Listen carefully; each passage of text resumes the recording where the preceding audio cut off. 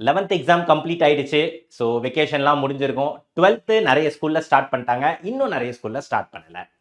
12th அப்படிங்கும்போதே இப்போ மைண்டில் நம்ம 11th to 12th வந்த பசங்க எல்லாருக்கும் இருக்க ஒரே பெரிய கேள்வி, சார் கட் ஆஃப் ஃபுல்லாக வாங்கிடணும், கவுன்சிலிங்கில் இன்ஜினியரிங் காலேஜ் சேர்ந்துடணும், சார் நான் நீட்டுக்கு ப்ரிப்பேர் பண்ணணும், ஜேஇ படிக்கணும், இல்லை சார் நான் வந்து எஸ்ஆர்எம், விஐடி, அம்ரிதா இந்த என்ட்ரன்ஸ் எக்ஸாம்லாம் எழுதணும். இந்த மாதிரி நிறைய கனவுகள் இருக்கும். இது மட்டும் இல்லாமல் ஃபஸ்ட்டு ஃபுல் மார்க் வாங்கணும். போர்டில் மார்க் நம்மளுக்கு தேவை. அது வாங்கினாலே எல்லா சீட்லேயும் எல்லாமே நம்மளுக்கு கரெக்ட் ஆகிடும்.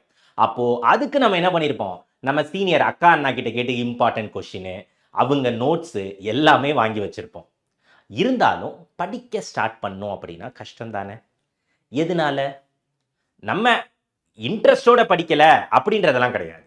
மெயினான ரீசன் என்ன, ஏன் படிக்க ஆரம்பிக்க முடியல அப்படின்னா 11th ஸ்டாண்டர்ட் போர்ஷனில் அது எந்த சப்ஜெக்டாக இருந்தாலும் சரி, இன்னும் நம்மளுக்கு கிளாரிட்டி இல்லாமல் இருக்கும்.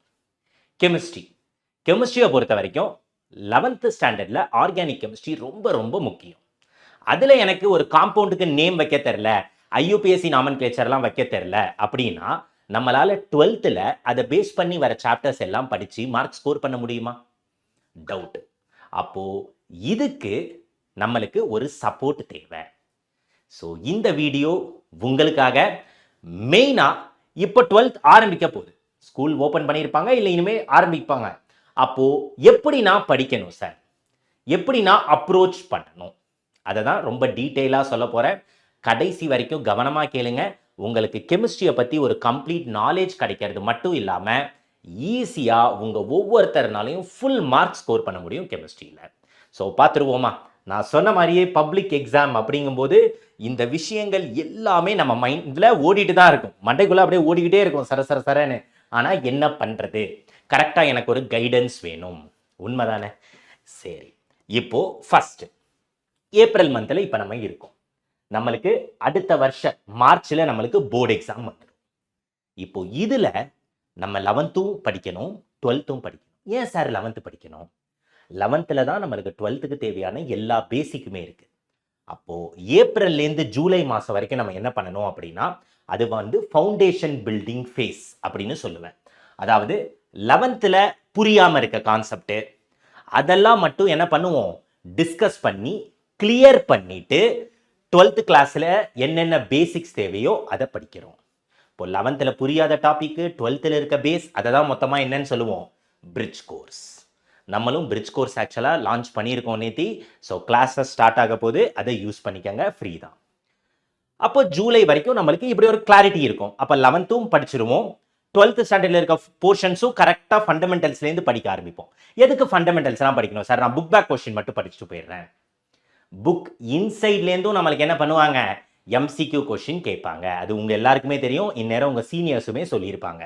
அதுவும் இந்த வருஷம் கெமிஸ்ட்ரி ரொம்பவே டஃப்பு அப்படின்னு எல்லாருமே ஃபீல் பண்ணாங்க. ஸோ நம்ம அதை மாதிரி ஃபீல் பண்ணக்கூடாது. அதுக்கு இப்போலேருந்தே நம்ம என்ன பண்ணணும், ப்ராப்பராக படிக்க ஆரம்பிச்சிடணும். அப்போ ஜூலை வரைக்கும் ரெடி ஆகுமா?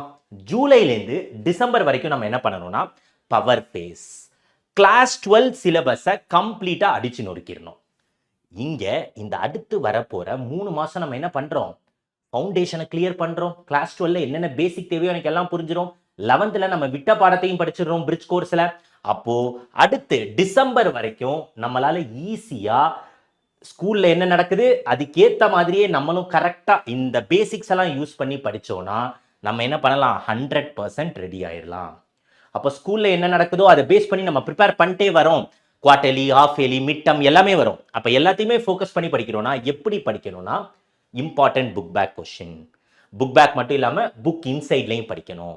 எல்லா ஃபார்முலாஸ் ஃபிசிக்கல் கெமிஸ்ட்ரியில், மெயினாக டயக்ராம், ஸ்ட்ரக்சர் பேஸ்டு கொஷின்ஸ்.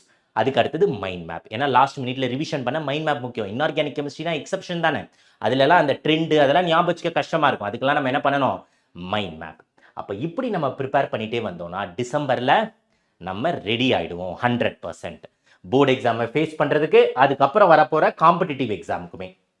அப்போது டிசம்பர்லேருந்து பிப்ரவரி என்ன பண்ண போகிறோம் அப்படின்னா, இங்கேயுமே நம்ம டெஸ்ட்டாக தான் எழுதிக்கிட்டு இருப்போம். அது இல்லாமல் இங்கேயுமே மறுபடி நான் என்ன பண்ணோம், பார்ட் டெஸ்ட்டு, அதாவது ஒரு குறிப்பிட்ட சிலபஸ் மட்டும் இல்லை ஃபுல் லெசன்ஸ் எல்லாமே டெஸ்ட்டு, ஃபுல் சிலபஸ் டெஸ்ட், இந்த மாதிரி நிறைய டெஸ்ட் எழுதிக்கிட்டே இருக்கணும். எழுதுறது மட்டும் இல்லாமல் அதையுமே என்ன பண்ணணும், கரெக்ட் பண்ணி அனலைஸ் பண்ணணும். எங்கே தப்பு பண்ணியிருக்கோம், அந்த தப்பை எப்படி பண்ணக்கூடாது. அப்படி பண்ணோன்னா பிப்ரவரியில் நம்ம ரெடி ஆகிடுவோம் போர்டு எக்ஸாமில் ஃபுல் மார்க் அடிக்கிறதுக்கு. அப்போ பிப்ரவரியில் ப்ராக்டிக்கல் எக்ஸாம் இருக்கும். அதே மாதிரி ப்ராக்டிக்கல் எக்ஸாமுக்குமே என்ன சப்போர்ட் தேவை, எப்படி பண்ணணும், எக்ஸ்பெரிமெண்ட் என்ன பண்ணணும், எப்படி கால்குலேஷன் போடணும், டைட்ரேஷன் வந்துச்சுன்னா சால்ட் அனாலிசிஸ் எப்படி பண்ணணும், அந்த ப்ரொசீஜர் எல்லாமே எக்ஸ்பிளைன் பண்ணுறதும் இல்லாமல் ஃபைனல் ரிவிஷன் எதுக்கு, ஏன்னா என்னதான் படித்தாலும் மறந்துடும்.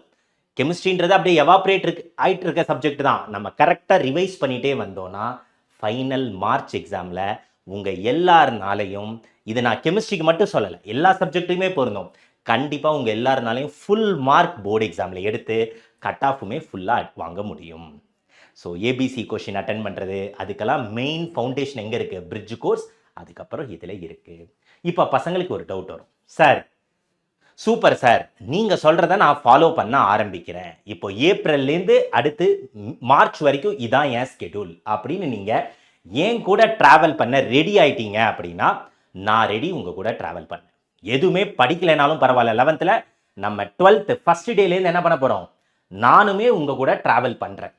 இந்த ஊருக்கெலாம் நம்ம போல் நம்ம கைப்பிடிச்சி ஒன்றா ட்ராவல் பண்ணுறோம், போர்டு எக்ஸாமில் ஃபுல் மார்க் வாங்குகிறோம்.